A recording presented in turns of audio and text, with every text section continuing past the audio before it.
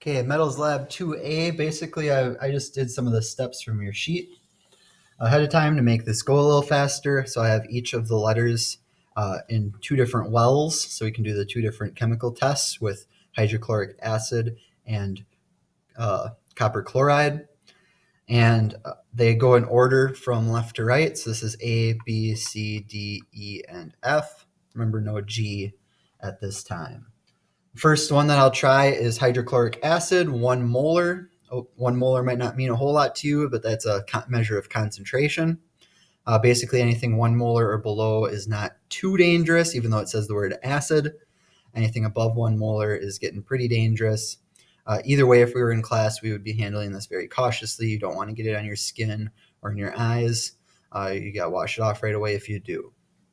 And we're just going to be looking for any reaction, any sort of changes or reaction that we can see when we add some hydrochloric acid to each one of these.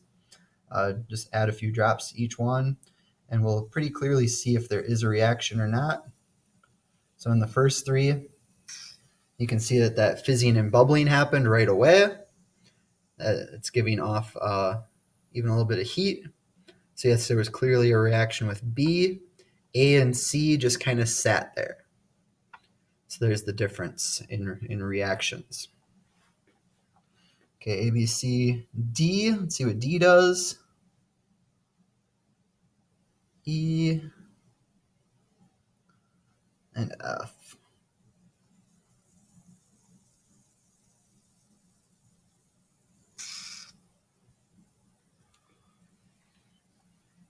Okay, so this one is tough to see, but in D here, there is a little bit of bubbles happening, just not as reactive as the B or F clearly is. A, B, C, D, E, clearly nothing going on. And F, you were able to see that was pretty reactive. And actually, a cool thing that you can see on this one is that orange color is coming off of there. So as that hydrochloric acid gets to work, that orange color is actually coming off of there. And that means to me that this one might have been a metal that had some rust going on. So we'll watch out for that as we go along. Second test with copper chloride.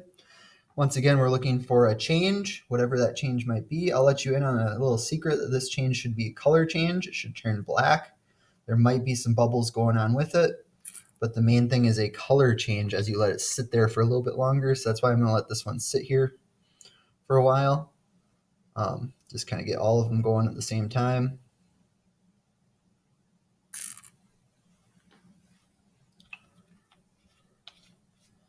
So, it would be hard to tell with a black substance if it turned black, but A, I'll let you in, it's not doing anything. It's not bubbling. It's not turning colors, nothing. B, once again, you can clearly see the bubbles going on your screen. And then you can see from my perspective that it is changing colors on the inside of there. C, nothing going on.